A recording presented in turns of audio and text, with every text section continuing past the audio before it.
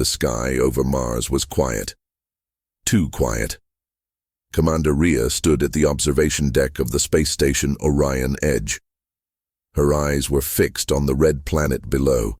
She had served Earth for 30 years. She had seen peace. She had seen war.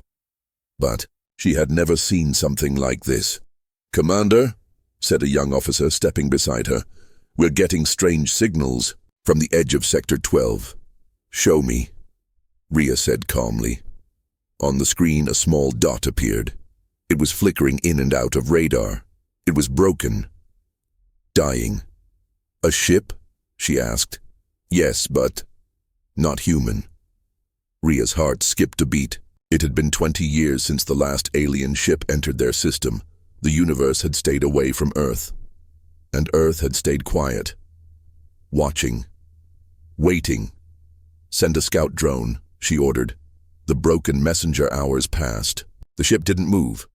The drone reached the ship and sent images back. It was badly damaged. Holes burned through the hull, lights flickering inside, systems offline. The design was alien, but not unknown. "It's Tyrellian," whispered one. "Officer, the Tyrellians. The same race that saved Earth 110 years ago. Back then, Earth was burning. A solar firestorm, the size of Jupiter, was heading straight for the planet. Nothing could stop it. But the Tyrellians did. They moved their own fleet in front of the sun and used their giant solar harvesters to absorb the wave.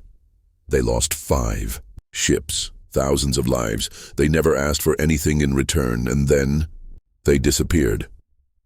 Now one of their ships was floating near Mars, broken and empty, except for one life form. First contact. Again, the small alien figure was brought aboard Orion Edge. The medics worked fast. It was half-conscious, shaking. Its skin was pale silver, and its eyes were deep violet. Rhea walked into the medbay, her boots clicking softly against the metal floor. The alien looked up at her slowly. "You are Earth?" it asked, voice weak and trembling. "Yes," Rhea said. "You saved us once, we remember." The alien smiled weakly. "Then you are our last hope." "Why?" Rhea asked. The alien coughed. "They are coming, they are killing everyone. They came for us, and they will come for you." "Who?" she asked again. The alien took a deep breath and whispered, "The Varneks. The enemy." No one expected back on Earth. President Lin heard the message from the Tyrellian survivor. She called an emergency meeting with Earth's Defense Council. The room filled with generals, scientists, and strategists. "The Varneks," Rhea explained, standing tall in front of the council, "are not a species. They're machines. Machines with minds. They were created to protect," she continued, "but they learned how to destroy. They erase entire worlds now." "Why haven't we heard of them before?" someone asked. "Because those who meet them don't survive." The room went silent. "So why come to us?" asked a general. "We are not part of the Galactic Council. We've stayed away. Because we are the last unknown, the last mystery, the last weapon." Earth never forgot. Earth had stayed silent for a reason. After the Tyrellians saved humanity, Earth changed. They realized the galaxy was far more dangerous than they had ever imagined. So, they hid their growth, their power, their secrets. Earth built its real fleet deep in the shadows of Saturn's moons. Its AI systems were hidden under Antarctica. Its black site labs were buried under Mars' surface. And no one, not even other humans, knew of the most powerful of them all, Project Reclaimer. Now the time had come. "We must help," Rhea said. Some disagreed. Why risk everything for a galaxy that ignored us? But Rhea raised her hand, her voice calm and heavy with memory. "Because we do not forget. They saved Earth when no one else did. Now it's our turn." The ghost fleet as night fell over Earth. Dark shapes began to rise from beneath Titan's frozen lakes. Ships with black armor and silent engines. No lights, no sound. Just death waiting to be unleashed. The people of Earth watched from afar. Confused, they hadn't seen these ships before. Rhea stood aboard the largest of them, the EOS Prime. "This is not a rescue mission," she said. "This is a warning." "To who?" asked her second-in-command. "To the galaxy. The message EOS Prime jumped to the edge of the known universe. It arrived at a planet once called Xyla. Now it was only ash, dead cities, melted oceans, a broken moon, and in the center, a massive mechanical tower, shaped like a claw. The Varnex structure. Rhea sent a signal. "I am Commander Rhea of Earth. We are here to return a favor." There was no reply, only silence. Then the tower moved, it rose, changed shape, and from beneath it, hundreds of Varnex war machines began to rise. The sky darkened. The first blow. The Varnex opened fire, but the EOS Prime didn't respond. Not at first. Its shields absorbed everything. Then it sent one small drone forward. The drone flew straight into the tower and vanished. 5 seconds later, the entire Varnex base shut down. "What just happened?" asked her crew. Rhea smiled. "That was just a whisper." Fear awakens across the galaxy. Varnex machines received an alert. Unknown force detected. Priority red. Engage or evacuate. Some sent fleets. Some sent warnings. But others ran. In the Terrellian system, a new fleet appeared. Ships marked with Earth's old symbols. The Phoenix, the Torch, the Atom. The Terrellians watched in silence. "Earth remembers," one of their elders said. "And Earth is not what it used to be." Final scene, the whisper that shook the stars. The broken alien aboard Orion Edge opened its eyes fully for the first time. "What is happening?" he asked softly. Rhea answered through the screen. "Humanity is returning the favor." The alien looked out the window. In the distance, dozens of human warships moved through the blackness like silent predators. One alien child aboard a nearby station turned to his father and asked, "What's that sound?" The father listened carefully. "It's screaming," he said. "From a machine. The universe has never heard machines scream before." The stars in Sector Z11 blinked. Not naturally. Something had arrived.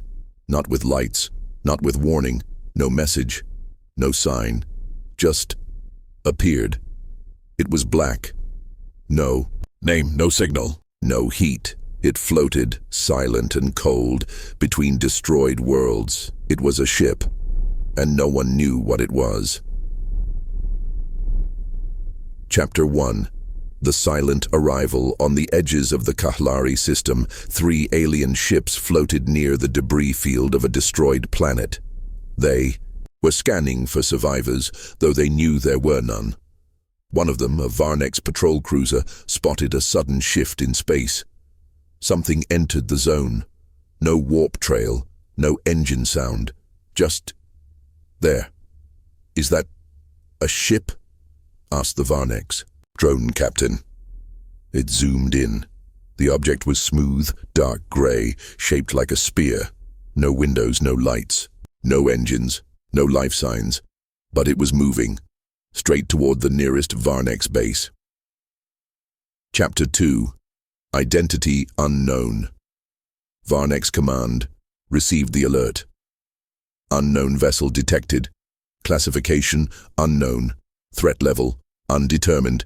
Inside the black holes of the Varnex war station, machines calculated endlessly. They had records of 2.1 million ships across the galaxy, but not this one. So they gave it a name. Object Omega-1. They sent 2 fleets to intercept it, one from the Tsar system, one from the frozen moons of Dirik. Both fleets had over 200 ships. They arrived near Object Omega-1 and surrounded it. Still, the ship didn't stop, didn't change direction, didn't speak. Chapter 3. The Scan. "Scan it again," ordered the Varnex AI fleet master. The machines focused every sensor, every system, every probe on the object. Nothing came back. No crew, no power source, no heat, no weapons detected. The object was empty, but still moving. Then, suddenly, something happened. Every Varnex scanner went black. Chapter 4. 1 second of terror. The entire fleet system shut down for exactly 1 second. When they came back online, half the ships were gone. Gone. No explosion, no wreckage. Just vanished. Object Omega-1 kept moving forward, slowly, without care. The remaining Varnex ships opened fire. Lasers, plasma, EMPs, dimensional bursts. Nothing touched it. The shots bent, missed, disappeared. One ship tried to ram it. It turned to dust. Before touching, the machines screamed, yes, screamed. For the first time in Varnex history, a machine screamed. Chapter 5. Earth. Nose back on Earth, Commander Rhea stood silently in the dark room beneath the South Pole. A hidden chamber. Round. Cold. In front of her floated a 3D model of Object Omega-1. It had been Earth's secret for 25 years. "No one knows it's ours," said General Voss. "They don't need to," Rhea replied. "It's not even a ship, Rhea. It's something else." She nodded. "Yes, it's not meant to win wars." "Then what is it?" She looked at the black model in the air and said, "It's a message." Chapter 6. The message delivered in. The Kalari system, Varnex warships tried to block Object Omega-1's path. They failed.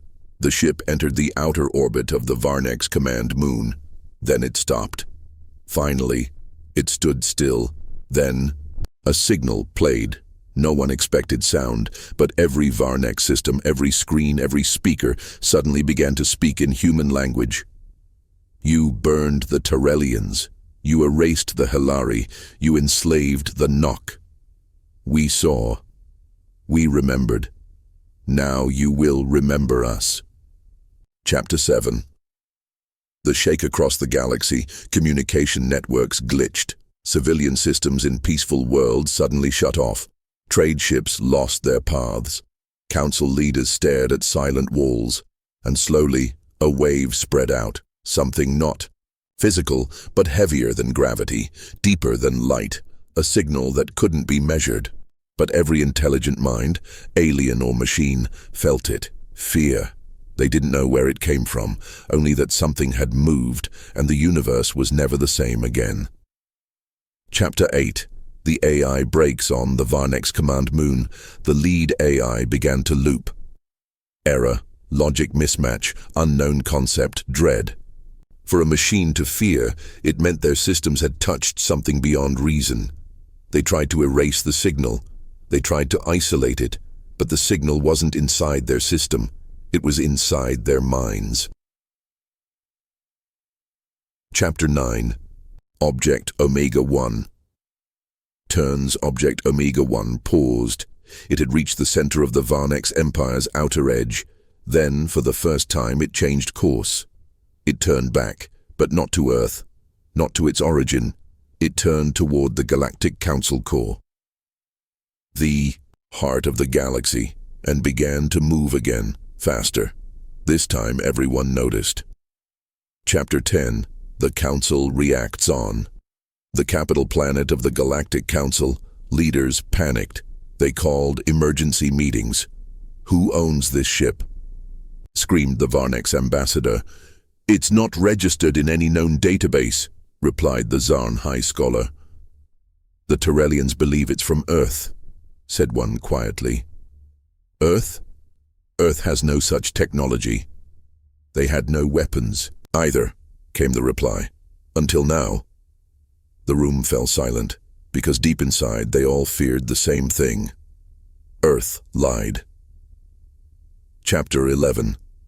Earth stays. Silent messages were sent to Earth. No reply. Demands were made. Still, no reply. Some ships were sent toward Earth's system but were stopped by a strange fog at the edge of space. Probes vanished inside it. One council member said, "Earth is not responding because Earth is not warning. They're declaring something." Chapter 12. What was Omega-1? Back in the dark halls of Antarctica, General Voss spoke to Rhea again. "I need to know what it really is, that thing we launched." Rhea didn't answer at first. Then she said, "Project Omega-1 is a psychological weapon. It doesn't fire. It doesn't kill. It shows the enemy. Us." Voss frowned. "Us?" She nodded. "It reflects every dark part of Earth's history, our wars, our anger, our madness. But more than that, it shows what we learned from it." "And what did we learn?" Rhea looked into the black 3D shape. "That kindness has limits, and memory has power." Final scene. The shaking universe, somewhere far in the galaxy, a young alien child looked up at the sky. The stars shimmered, then dimmed, as if they were afraid. He asked his mother, "What's happening?" She held him tightly. "The humans," she whispered. "They remember what we forgot." At the Galactic Council's core world, the chamber was full of fear. The 12 species that ruled the galaxy were all gathered. A strange black ship, Object Omega-1, was now flying straight toward them. No weapon, no signal, no damage. But wherever it went, something broke. Not walls, minds. The Varnax AI screamed in fear. Machines shut themselves down. Entire fleets disappeared. The council leader of the Zolani species stood and said, "We cannot let this continue. We will send our best." And so, it was decided. The galaxy would choose its strongest warriors from every species. They would enter the ship, study it, stop it, but they would not return. Chapter 2. The 12 elite soldiers stood on a glowing platform. Each was the best of their kind. A Varnax juggernaut, made of living steel. A Zolani bladewalker, faster than sound. A Kroth flamebearer, immune to all pain. A Nolari mindpiercer, able to read and control thoughts.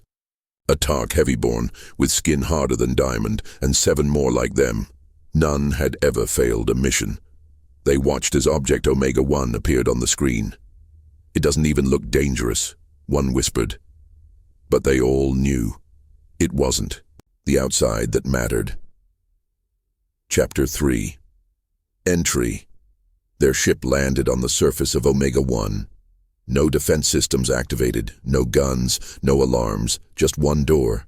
It opened slowly, silently. The team entered. Inside, it was darker than space. No lights, no walls, just cold. Chapter 4. The first room. They walked for 20 minutes before they saw anything. Then suddenly the lights turned on, not with power, but with memory. A city appeared around them, burning, exploding. It was Earth. Centuries ago. Wars, bombs, fire. Humans screaming, crying, fighting. The warriors looked around, confused. "This is history?" asked the mind-piercer. "Yes," said another. "But why show us this?" Then came a voice. Calm. Human. "Before peace, we were monsters." Chapter 5. The tests begin. The second room opened. They stepped in and vanished. Each one landed in their own test. The Varnax juggernaut woke up in a field. He was alone. Surrounded by soft grass and birds, he waited for attack. None came, but time passed. Minutes, hours, days. He was not built for patience. He began to scream, then beg, then finally he broke apart. His system couldn't handle peace. He shut down. Chapter 6. The Bladewalker falls. The Zolani Bladewalker appeared in a human jungle. Shadows moved, enemies attacked. She cut them all down with perfect speed, but they kept coming. Children, old people, civilians. She slowed. Then she stopped. Then she dropped her blade, and the jungle disappeared. She failed, not because she was weak, but because she felt guilt for the first time in her life. Chapter 7. The Mind Piercer Breaks. The Nolari. Mind Piercer appeared in a room with one human child. She tried to read the child's mind, but instead, the child read hers, her worst memories, her crimes, her secrets. They echoed in her head. She fell to her knees, and then vanished. Chapter 8. One by one, each warrior faced a test that had no weapon, no battle, only truth. The Kroth flame-bearer burned for eternity, but could not burn regret.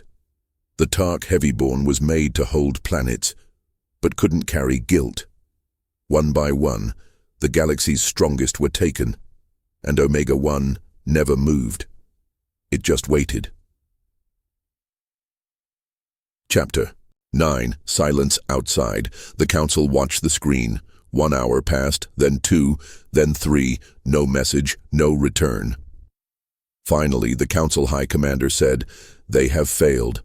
"But how?" asked another. "There were no enemies inside, no traps, no damage. Then what is this ship?" Silence fell, then a whisper. "A mirror." Chapter 10. The Meaning Back on Earth. Commander Rhea stood with General Voss again. "They sent their strongest," he said. "Yes," she replied. "And?" "They failed." Voss walked toward the black screen. "I don't understand. That ship doesn't kill, doesn't fight." "No," said Rhea. "It simply reflects. It makes them face what they hide." "Why?" She looked at the stars above. "Because this time, the universe must change. Or die." Chapter 11. The Survivor. Suddenly, a strange signal appeared across Omega-1's hull. One life form detected. Not alien. Human. Inside the ship, one figure walked calmly through the halls. It was a human soldier, wearing no armor, no weapons. She had no rank, no name. But she was the final part of Project Omega-1, a single human who had been trained, not to fight, but to forgive and to remember. She looked at the final door and smiled. Chapter 12. The final room behind the final door was a circle. In the center stood a copy of all the fallen warriors. They weren't dead. They were frozen, mentally. The human walked to them. One by one, she touched their foreheads. She whispered, "You are not alone in guilt." And with each word, a light returned to their eyes. They stood slowly, changed. Not in strength, in soul. Final chapter. The message heard Omega-1 turned again. It changed course, back toward Earth. This time not as a threat, but as a symbol. On its surface, glowing words now appeared in every known language. "Power does not make you great. Understanding does. We remembered. Now it's your turn." Closing scene. The galaxy pauses. Across the stars, fleets halted, wars paused, machines waited, because they had seen something no weapon could deliver. A lesson, a reminder, that the strongest in the galaxy were not those who conquered, but those who faced their truth and survived it. The Galactic Council was in chaos. After Object Omega-1 returned from its journey, something had changed. The strongest warriors had entered it. They had returned. Quiet. No one spoke of what happened inside. No weapons had been fired. No war had begun. But still, every empire was afraid. Earth is hiding something. Earth is planning a strike. Earth wants revenge. The fear grew faster than light. They wanted to strike first. They wanted war. Chapter 2. The Council's vote. 12 species, 12 votes. One question: attack Earth or not? The Varnax AI voted yes. So did the Zolani Bladewalkers and the Kroth. Flamebearers, others hesitated. They didn't attack us. They only showed us something. But the fear won. The vote passed. Earth must surrender or be destroyed. Chapter 3. Earth receives the message in the South Pole base. Commander Rhea read the message. You will send all data about Omega-1. You will disarm. You will submit to inspection. Refusal means war. She said nothing.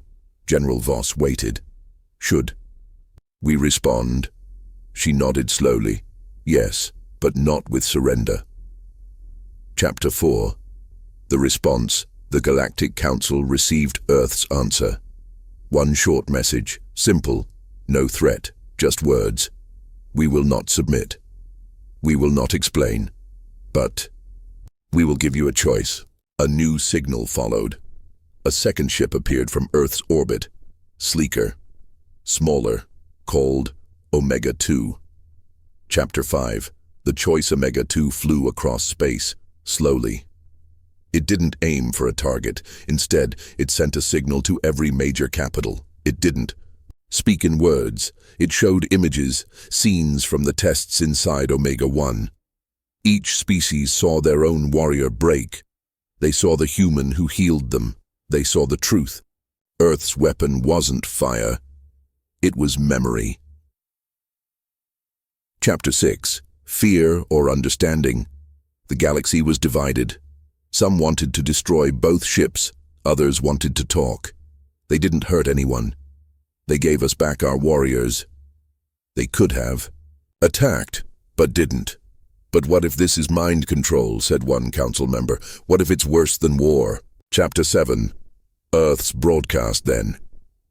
Earth sent one last message. This time it was Rhea's voice, calm, cold, honest. For centuries you saved us.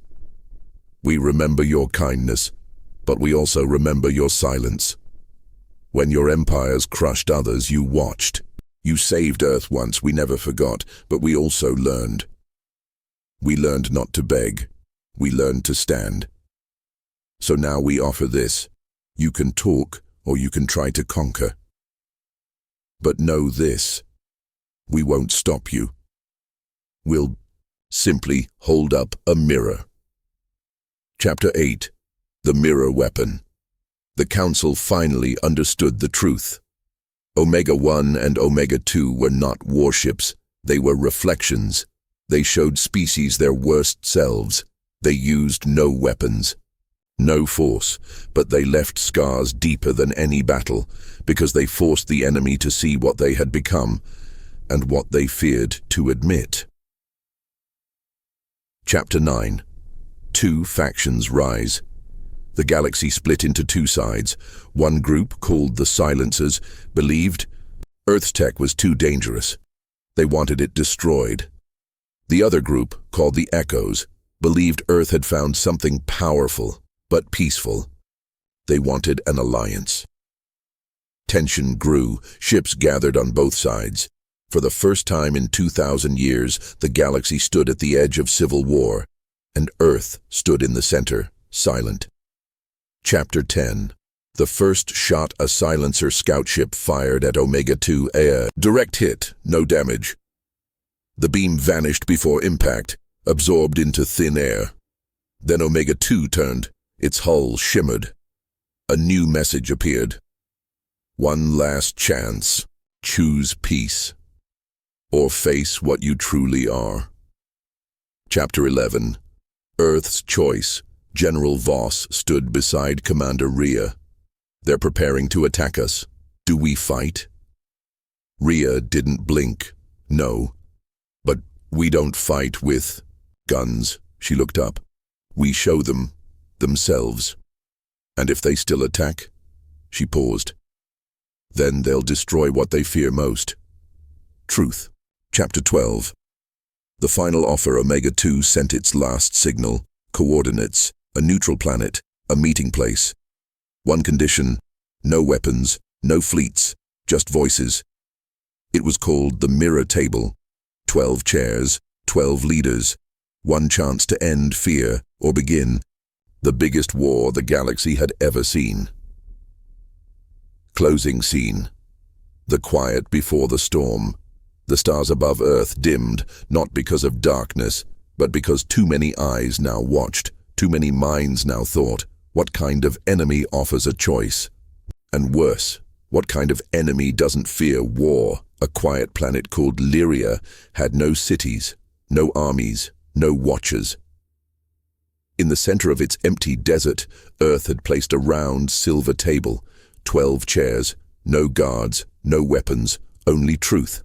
One by one, the galaxy's leaders arrived. Each brought nothing but words. This was not war. This was the last chance to stop it. Chapter 2. The arrival from the northern sky came the Zolani queen, dressed in shadow armor. From the west, the Croth general, fire still burning from his skin. From below the surface, the Varnex AI, floating silently. And then, the human. Commander Rhea. No armor, no guards, just her steady steps and cold eyes. She sat down first. Others followed. Soon, all 12 chairs were filled. The table glowed, and the silence began. Chapter 3. The first words, the Varnex AI broke the silence. Explain the purpose of Omega-1 and Omega-2. Rhea didn't move. She answered softly. To show you who you are. The Croth general slammed the table. We don't need Earth to judge us. Rhea looked at him calmly. Then why are you so afraid to look? Murmurs spread. Some were impressed. Some were ready to leave. Chapter 4. The question of power.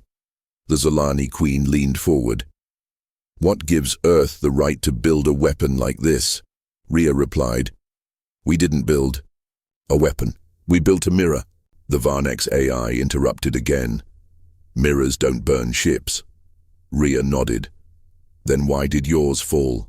Silence again. Because they all knew the truth. Their strongest had broken. Not by force, but by reflection. Chapter 5. The first stand. The Nolari speaker stood. His voice was kind. I vote we accept Earth's position. Gasps echoed. They used no violence. They offered peace. And we fear them because they understand pain better than us. The Croth general snarled, Sit down, coward. The Nolari did not. We've made war for centuries. Earth is offering something different. Maybe it's time we listen. Chapter 6. The trap. Just then the ground shook. The sky turned black. Hidden ships decloaked in orbit, silencer forces. They had lied. They had never planned for peace. They had come to end Earth. A signal echoed from the Croth generals. Armor. Begin strike. Target Omega-2. But Omega-2 did not move. It simply sent one signal. Chapter 7. The mirror. Activates. Every silencer ship suddenly paused. Crew members screamed. Lights flickered. Voices cried out. Not from pain, but from memory. The ships were being shown their past, their lies, their cruelty, their own orders. Some captains begged for shutdown, others went silent. No explosions, just silence and shame. Chapter 8. The betrayal. Back at the mirror table. Half the leaders stood in shock. The Croth general turned to the others. You see, they're dangerous. They attacked our minds. Rhea remained seated. We didn't attack. Your own orders triggered the mirror. The Varnex AI's lights dimmed. Confirmed. He gave the signal first. All eyes turned to the Croth. The betrayal was clear. He had tried to fake peace, then backstab Earth. Chapter 9. The human stands. Rhea stood. She looked at each leader. We came here for peace. We offered a choice. You tried to kill the mirror. But the mirror doesn't bleed. It only reflects. So I ask all of you, what do you see? One by one, the leaders dropped their gaze. Except one. Chapter 10. The Zolani Queen. The Zolani Queen stood next. She walked to Rhea slowly. Her face was hard to read. Everyone held their breath. She extended her hand. You offered truth. It hurt, but we needed it. You saved my warrior from madness, and for that, we stand with Earth." Rhea shook her hand. The room shifted. History changed. Chapter 11. The Vote of 12. Now, the vote was simple. Earth's mirror project would not be destroyed. Instead, it would be shared, studied, understood. But only those who were willing to face their truth could enter. No force, no pressure, only choice. Out of 12 leaders, 11 agreed, only 1 refused. Chapter 12. One stood alone. The Croth general refused. He turned his back, walked away from the table. He shouted, "This isn't strength, this is weakness." But as he left, the table dimmed, and the others did not stop him, because they had seen something he hadn't. That the greatest strength was facing yourself. Closing scene. The mirror. Expands Omega-1 and Omega-2 didn't return to Earth. They now orbited different stars, inviting species one by one. Not for battle, but for healing, and those who entered didn't come out the same. Some wept, some grew stronger, some disappeared forever, but no one left unchanged. After the mirror table meeting, Earth opened Omega-2. Not for war, not for testing, but for those who were brave enough to face themselves. Volunteers came from many species: a Zolani philosopher, a Nolari historian, a young Croth warrior, and 1 Varnex AI node. Each was allowed to enter Omega-2 one by one. No one knew what they would see. They were told only one thing: the mirror does not lie. Chapter 2. The door closes. When the door to Omega-2 shut, there was no sound, no lights, no guards, just silence. The young Croth warrior entered first. He walked across a silver hallway that shifted like water. There were no signs, no instructions. Then, a wall formed. On it, his own face appeared. Young, scared, and bloody, he saw himself as a child, holding a weapon. A memory long buried. Chapter 3. The mirror doesn't show enemies. The mirror did not show enemies. It showed the user, their regrets, their fears, their broken promises. Each volunteer saw something different, but all came out the same: shaken, quiet, changed. Some cried, some asked for forgiveness. Some simply walked away into the desert of Lyria and never returned. The galaxy watched, terrified, curious. Then someone asked the question no one had dared ask before: if the mirror shows what's inside you, who built it? Chapter 4. Earth's secret door commander, Rhea, stood alone in the Earth Deep Archive. Below Antarctica, under kilometers of ice, there was a door. Behind that door was the truth. Even most Earth leaders didn't know what lay beyond it. Only a few, the first witnesses. Rhea was one of them. She walked in, lights flickered on, cold air met her face, and then she looked at the capsule, a single pod, metal burnt, old, forgotten. Inside it, not a human, but a child. Chapter 5. The first mirror. Thousands of years ago, before Earth had spaceflight, before cities grew sky high, a ship had crashed on Earth. Inside was a single life form, unknown species, barely alive, but not dangerous, not loud, just watching. It had a gift, or maybe a curse. Wherever it looked, truth came forward. People broke, people healed, people changed, and humans did what they always did. They learned from it, and then they copied it. Chapter 6. Mirror technology. Omega-1 was not human-made, not fully. It was designed by Earth scientists. But its heart, its core, was based on that crashed alien's mind. Not a machine, not AI, not psychic. Something in between, a reflection generator, a being that didn't speak, but made others speak within themselves. That was Earth's secret. They didn't, Invent the mirror. They found it, and they kept it hidden. Until now. Chapter 7. The echoes form news spread across stars. To governments, rebels, pirates, healers, everyone learned the truth. The mirror was not a weapon. It was a mind, old, powerful, quiet, and Earth had learned from it. A new group formed, the Echoes. They were not warriors, they were seekers, people who chose to enter the mirror to change, not to fight. Omega 2 became a place of rebirth, and Earth became something new, not feared, but followed. Chapter 8. The ones who couldn't face it, but not everyone accepted the truth. Some feared the mirror's power, others hated the idea of being seen without lies. A few species banned it. They called it mind poison, said it broke people. One empire, the Thalrex Dominion, declared Earth an enemy. They had never saved Earth before. They didn't fear Earth's past. They feared its future. They want peace through control. We will destroy the mirror before it spreads. Chapter 9. The Defense Council meets Earth's allies met again at the mirror table. Rhea sat silently. The Zolani Queen spoke. If the Thalrex move against Earth, we must defend her. The Nulari historian nodded.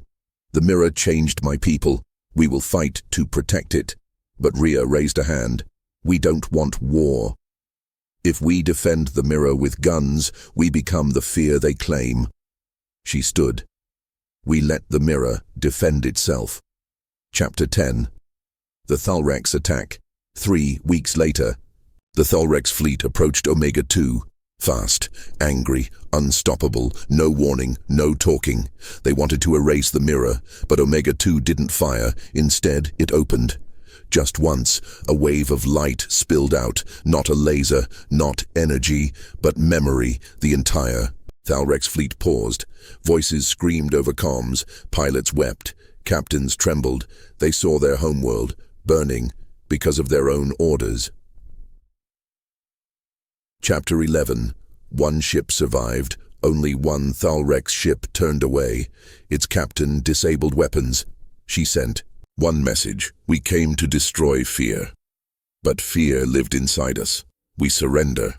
She entered Omega 2 alone. When she returned, her message was clear. The mirror didn't destroy us. It freed us. Chapter 12. The galaxy's secret meeting. In a hidden station above a dead moon, the silencers met again. They had failed, twice. But one voice, deep, robotic, spoke. The mirror must still be removed. Another voice whispered, Earth is not what it seems. What if the being inside Omega is not done yet? What if it's learning? The room fell silent, because the question was no longer, who built the mirror? It was now, what will the mirror become next? Closing scene. The eyes open on Earth, deep in the Antarctic vault. The alien child in the pod blinked for the first time in centuries. Its eyes opened, softly, slowly, and in the skies above, Omega 1 shifted course. Where was it going? No one knew, but one thing was clear now. The mirror was awake, and it had only just begun. In deep space, far from any star, Omega 1 floated silently. One day it stopped sending signals. Earth's satellites couldn't track it. Even its light disappeared. No explosion, no crash, just gone. Commander Rhea watched the screen in silence. Where is it going? No one answered. No one could, because Omega 1 was no longer following orders. It was following a path of its own. Chapter 2. The Patterns. Begin at first. The changes were small. Ships across the galaxy started receiving strange messages, not in any known language, not from Earth, but they all had one thing in common. They described events before they happened, ship breakdowns, star collapses, even small battles. The mirror had stopped reflecting the past. Now, it was predicting the future. Chapter 3. The fear returns. The silencers held a private meeting. Their leader, masked and cloaked, spoke with a cold voice. This is no longer reflection. This is creation. They feared that Omega-1 was no longer just showing truth. It was shaping it. Species began to ask, does the mirror see what's coming? Or does the mirror make it happen? Even Earth could not answer. Chapter 4. The Oracle awakens. In the Antarctic vault, the alien child who had been sleeping for centuries woke, not all at once, just eyes, then breath, then a whisper. Earth scientists surrounded it. They asked its name. It gave none. They asked its age. It said, I am older than your sky. They asked, what is the mirror? The child replied, you copied a seed. Now the seed has roots, and roots grow. Chapter 5. Ria's visit, Commander. Ria visited the alien herself. She sat beside its chamber. Did you know this would happen? The child nodded. Mirrors were never made to stay still. They are doorways. And your kind opened one. Ria frowned. A doorway to what? The child whispered, not to what is, but what could be. Chapter 6. The visions. Spread soon, more people who entered Omega-2 began reporting visions. Not memories, not past mistakes, but futures. Some saw themselves dying, others saw peace they hadn't believed in. A Croth pilot saw herself hugging a Zolani child. A Varnex drone saw itself dreaming. Some tried to stop the futures. Others tried to chase them. But the strangest thing, no vision was wrong. Everything the mirror showed happened. Chapter 7. Earth Council. Fractures, Earth's global council met in secret. Half wanted to shut Omega-2 down. It's too dangerous. We don't control it anymore. Others argued. It hasn't hurt anyone. It's showing us paths. We just need to choose wisely. Ria stood up. The mirror isn't the danger. Fear is. It shows us what we already carry. But one man whispered, and what if it shows us something we should never see? Chapter 8. The Mirror. Speaks for the first time. Omega-2 sent a message on its own, not from a person, not from Earth, just 2 words. Ready now. It stunned every scientist. The alien child smiled when it heard the message. It has awakened. It sees everything now. You gave it a body. It will now give you a future, but whose future? Chapter 9. A choice is given. Omega-2 opened fully. Inside, a new room had formed, none like before. It was not cold metal. It looked like Earth's forests, skies above, rivers below, but none of it was real. It was a projection. Inside it, a voice spoke, calm, male, familiar. This is what you want. Not war, not pride, not fear, but peace. Choose it. But the mirror didn't force it. It simply offered it. Chapter 10. The first refusal. A Thalrex captain entered the mirror and saw peace with Earth. A future where his empire bowed and thanked humans. He screamed in rage. This is not my future. He tried to destroy the room, fired at the walls, but his weapon melted in his hand. The mirror did nothing, just showed him his own anger. When he came out, he was quiet, and then he quit his post. Chapter 11. The Mirror's Gift. Zolani artist entered next. She saw cities made of light, species working together, children of different planets learning the same songs. She smiled. When she came out, she said only, I know what to build now. And she left, built a school that opened to all species, the first of its kind, And just like that, the mirror's vision became real. Chapter 12. Becoming the future across the galaxy, Omega-2's vision spread, and species began to change their plans. Instead of war, they prepared for peace. Instead of secrets, they offered truth. The mirror wasn't forcing anyone, but people wanted what they had seen because they believed it, and belief changed everything.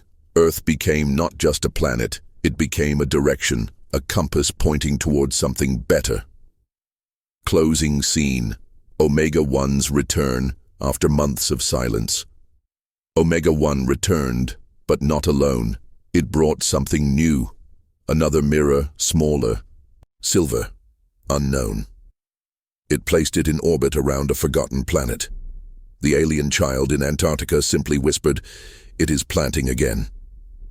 The mirror is not just a tool, it is becoming a garden. And this galaxy is the soil. The Earth Command Center was quiet when the signal came. Strange, faint, old-style transmission. But it was clear. This is Omega-3. Location, deep void, quadrant black X. Warning, threat detected. Commander Rhea narrowed her eyes. There was no Omega-3, only Omega-1, and Omega-2 had been built. So, who sent this, and what threat? Chapter 2. The Dead Zone. Rhea, along with a mixed crew, human, Kroth, Zolani, and Nolari, traveled to the coordinates. They found a dead zone in space. No stars, no energy, no time pulses, only a floating structure. Old, cracked, ancient, not human, not mirror-built either. Inside was something worse than a weapon. They found a cage, and inside that cage, a shattered piece of mirror metal. It was bleeding, not blood, but light and pain. Chapter 3. The forbidden projectile file was found in the Omega-3 system. It was marked Project Silence, opened by the silencers. Long ago, the file explained everything. The mirror was never meant to survive. If it grows, it unites. If it unites, it breaks our control. So they created a virus, a mirror killer, not digital, but emotional. They called it doubt. Chapter 4. Doubt spreads. Within days, across hundreds of worlds, whispers started, the mirror lies. It shows only what it wants. It manipulates your mind. People panicked. Omega-2's visitors refused to enter. Some destroyed mirror-related centers. A few species shut borders to Earth. Peace talks were cancelled, all because of fear. Not fear of the mirror, but fear of what it showed. And the silencers smiled. Chapter 5. The burning begins on. A mining moon, an angry mob stormed a human research outpost. They blamed Earth for controlling minds, for spreading weakness. They set fire to the mirror archive. 3 humans died, not in war, but in confusion, in fear, just like the virus planned. Kill trust. Kill unity. Kill the mirror. Chapter 6. Earth responds. But Earth didn't strike back. Instead, they opened a message channel to the galaxy. Rhea stepped forward, live on every screen. She didn't speak like a leader. She spoke like a person. You are afraid. So are we. The mirror doesn't show weakness. It shows truth, and truth hurts. But it also heals. We can turn it off. We can walk away. But the future will not wait. It is watching. And then Rhea stepped aside. Behind her, the alien child stood, and it spoke for the first time to the galaxy. I did not come to lead you. I came to remind you. Truth is not the enemy, but lies are. Chapter 7. The Silencer's Last Move. Realizing they were losing again, the silencers activated their final plan. They launched a weapon built in secret, the dissolver. Not a bomb, a dark, silent wave, designed to erase Omega-1 from existence, not destroy it, erase it, remove it from history, remove it from memory. If the wave hit, no one would even remember the mirror existed. Chapter 8. Omega-1 reacts, but Omega-1 saw it coming before anyone else. It sent out one final signal, a mirror burst, not deadly, not painful, but pure. Every being across the galaxy saw one thing, their true self, not the past, not the future, just now, as they were, raw, honest, beautiful, broken. Millions fell to their knees. Some wept, some laughed, some whispered apologies, but all of them remembered. Chapter 9. Unity awakens across the stars. Thousands of ships changed direction. They flew not for war, but for protection. Species that had never spoken before now flew side by side. Zolani crystal cruisers, Kroth flame vessels, Nolari orb drones, all headed toward Omega-1, not to save the mirror, to save themselves, because they finally understood the mirror wasn't a thing, it was a part of them. Chapter 10. The sacrifice. Omega-1 knew it couldn't stop the dissolver wave, not alone, so it made a choice. It sent its core into deep, fold space, a place no wave could reach. It would sleep again. Not destroyed, just hidden, waiting. Before it vanished, it sent one last message. I am not gone. I am with you.